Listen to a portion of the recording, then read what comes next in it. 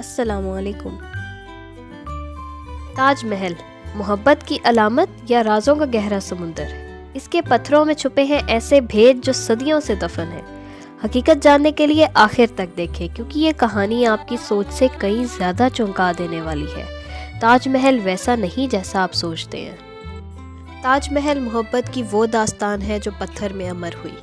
تاج محل محبت کا وہ عظیم شاہکار ہے جسے دنیا کے 7 عجائبات میں شمار کیا جاتا ہے۔ ایک ایسی عمارت جو نہ صرف اپنی خوبصورتی سے لوگوں کو مسحور کرتی ہے، بلکہ اس کے پیچھے چھپی داستانیں بھی دلوں کو چھو لیتی ہیں۔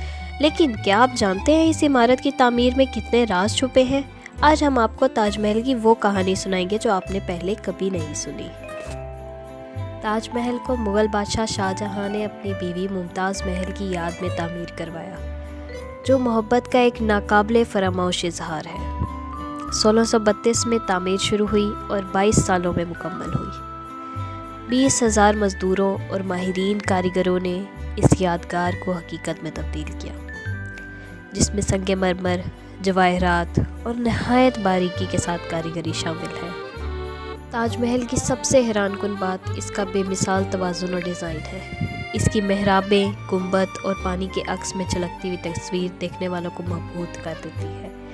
کیا آپ جانتے ہیں تاج محل کی دیواروں پر کی گئی خطاطی میں قرآن پاک کی آیات لکھی گئی ہیں، اور اس کے سنگ مرمر کی رنگت دن کے وقت بدلتی ہے۔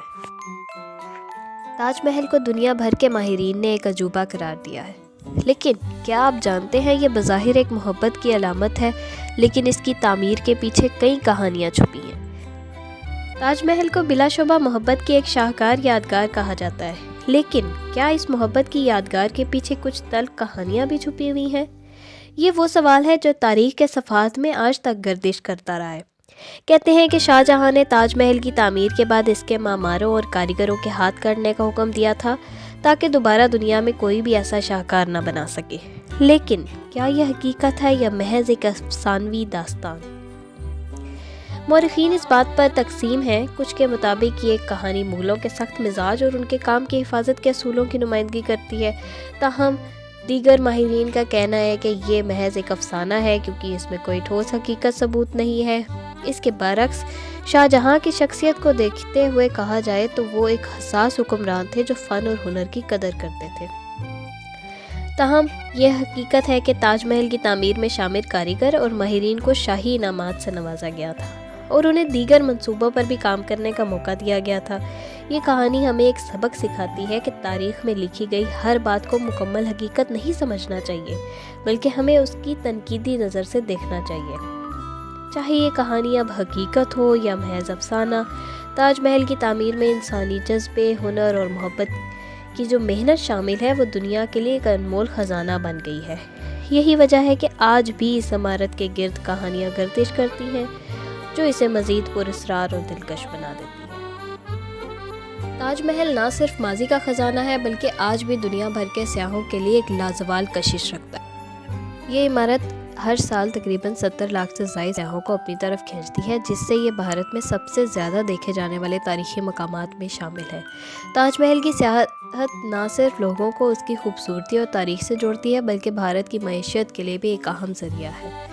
تاج محل کے ارد گرد کی مارکیٹوں میں دستکاری کے نایاب نمونے جیسے سنگ مرمر کی نقاشی، زیورات اور ثقافتی اشیاء سیاحوں کی ایک خاص کشش رکھتے ہیں۔ ان کی خریداری مقامی معیشت کو فروغ دیتی ہے اور بھارت کی ثقافت کا خوبصورت عکس پیش کرتی ہے۔